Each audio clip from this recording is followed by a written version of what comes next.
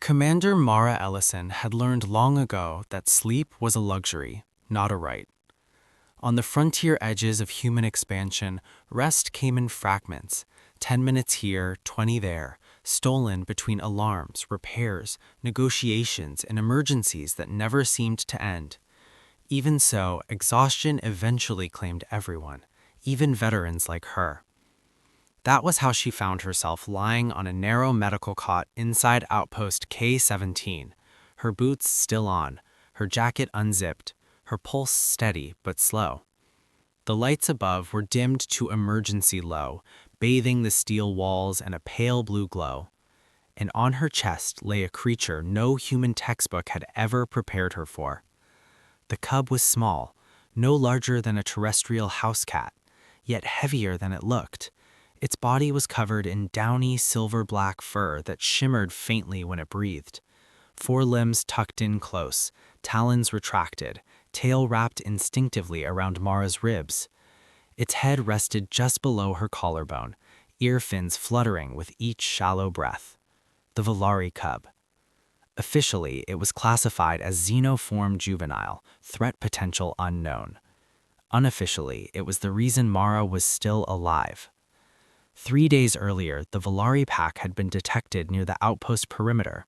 Apex predators, hyper-intelligent, hyper-protective, feared across 6 systems. Every known contact with adult Velari had ended in bloodshed. Every known contact except one. Mara had found this cub alone, injured, its flank torn by mining shrapnel after a corporate drone crash. Against protocol, against orders, against every survival instinct drilled into her since boot camp, she had approached. She had treated it. She had stayed.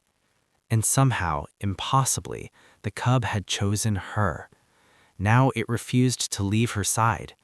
Medical scans showed its vitals stabilizing rapidly whenever it was in physical contact with her. Remove it and its heart rate spiked. Place it back and it calmed instantly. The Velari elders had not attacked the outpost. They had watched and waited. Mara's last conscious thought before sleep claimed her was a tired, fleeting prayer. Just a minute, just 1 minute of rest. Her eyes closed. The universe held its breath. Mara dreamed of Earth, not the cities or the wars or the endless political noise, but the quiet things. Rain tapping against a window, the smell of soil after a storm, her mother's voice calling her in for dinner long before Mara learned what a plasma rifle felt like in her hands. In the dream, she was warm, safe. The dream fractured suddenly. A sound pierced through the fog of sleep, high-pitched, raw, and shaking with panic. Mara stirred. The sound came again, clearer now. A cry. Not human, not mechanical, desperate. Her consciousness snapped upward like a breaking surface. Her eyes flew open. The cub was trembling violently on her chest. Its ear fins were flattened tight against its skull, bioluminescent veins beneath its fur flaring erratically. Its small claws dug into her jacket, not in aggression, but fear. Its black, star-speckled eyes locked onto hers. Then, impossibly, it spoke. Not with sound alone, but with meaning, forced directly into her mind through an untrained psychic bridge. Mara sucked in a sharp breath, heart slamming. "What? Hey, I'm here," she whispered instinctively, hands rising to cradle the cub without thinking. "I'm awake, it's okay." The cub's breathing was ragged, shallow. Images slammed into her thoughts. Fire. Metal screams. Velari howls echoing through stone. A shape moving beneath the outpost. Too large, too wrong. Mara rolled off the cot in one smooth motion, cub clutched to her chest. Her boots hit the floor as alarms began to wail, seconds too late. The outpost shuddered. A deep, subterranean impact rattled the walls. "Commander Ellison," crackled Lieutenant Hayes over the comm, "we've got movement under Section 3. Sensors didn't catch it. Whatever it is, it's masking itself." Mara didn't answer immediately. The cub's thoughts were still pouring into her. Ancient hunger, territorial rage, a predator older than interstellar travel. The burrow devourer, the cub named it, a rival species driven underground by the Velari generations ago, drawn by blood, by fear, by the cub's injury. They followed me, the cub's mind whispered. They smell weakness. Mara clenched her jaw. Not anymore, she muttered. She activated her comm. All units, this is Ellison. Defensive positions now. This isn't a raid, it's a breach predator. Use seismic charges, not plasma. Plasma will only piss it off. Silence. Then, copy? How do you know that? Mara looked down at the cub, whose grip tightened slightly. I have a source. The floor buckled. A section of plating erupted upward as something massive surged through the floor.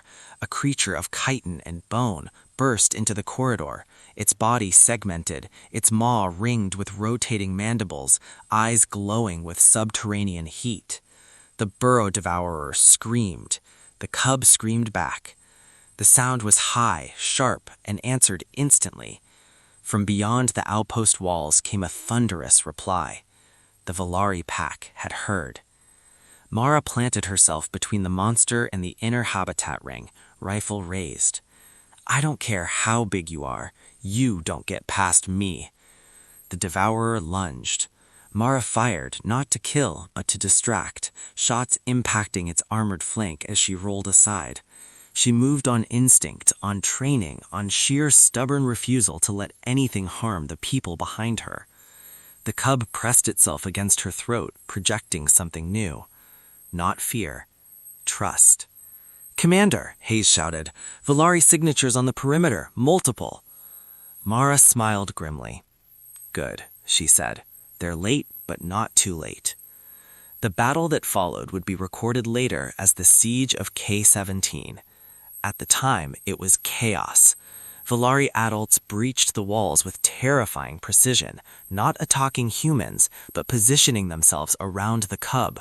Their massive forms moved like living shadows, claws and fangs tearing into the burrow devourer with ancestral fury. Mara fought beside them, not behind them, beside them. She took wounds, deep gashes, fractured ribs, but she never let go of the cub. When her rifle ran dry, she used her knife. When her knife snapped, she used her fists. When she fell, she got up. The Velari noticed. The devourer fell at last, its body collapsing in on itself as seismic charges detonated beneath it. Silence followed, broken only by breathing. Mara dropped to one knee, blood dripping onto the floor. The cub climbed up her chest again, pressing her forehead to hers. Mara laughed weakly. Yeah, she whispered. Guess I did. The Velari elders approached. One of them lowered its massive head until its eyes were level with hers. For a terrifying moment, no one moved. Then the elder spoke directly into the minds of every human present. This one is Pack. Gasps echoed through the outpost. Mara's vision blurred. She slumped forward, and this time when she closed her eyes, she did not fall into darkness alone. Mara awoke in a different bed, softer, wider, surrounded not by metal walls but living stone woven with bioluminescent patterns. The air smelled clean, rich with minerals and unfamiliar life. She was not restrained, she was not imprisoned, she was guarded. Velari sentinels stood at a respectful distance, their massive forms unmoving, and on her chest, exactly where he had always been, the cub slept, curled against her heart. Her injuries were gone, healed. She sat up slowly. No alarm sounded, no weapons were raised. The elder stepped forward. You closed your eyes, it said. Mara swallowed. I'm sorry. The elder's eyes softened, an expression no human had ever seen on a Velari before. You returned. That is what matters. Images filled her mind. The Velari history, their wars, their losses, their belief that all other species abandoned the weak, until a human did not. You are different, the elder continued. Your kind fights when exhausted, loves when afraid, stands when broken. Mara felt tears sting her eyes. "What happens now?" she asked. The cub stirred, eyes opened. He looked at her and sent a single, simple thought. "You stay." The elder nodded. Mara smiled softly as the cub resettled himself against her chest. "I'll be there," she said. "I promise." The elder inclined its head. Years later, historians would say that humanity's place in the galaxy changed that day, not because of weapons, not because of treaties, but because one exhausted human closed her eyes for one moment and woke up when a frightened cub needed her. And the galaxy learned something terrifying and beautiful about humans. They do not abandon the ones who trust them, even when they are tired, even when they are afraid, especially then.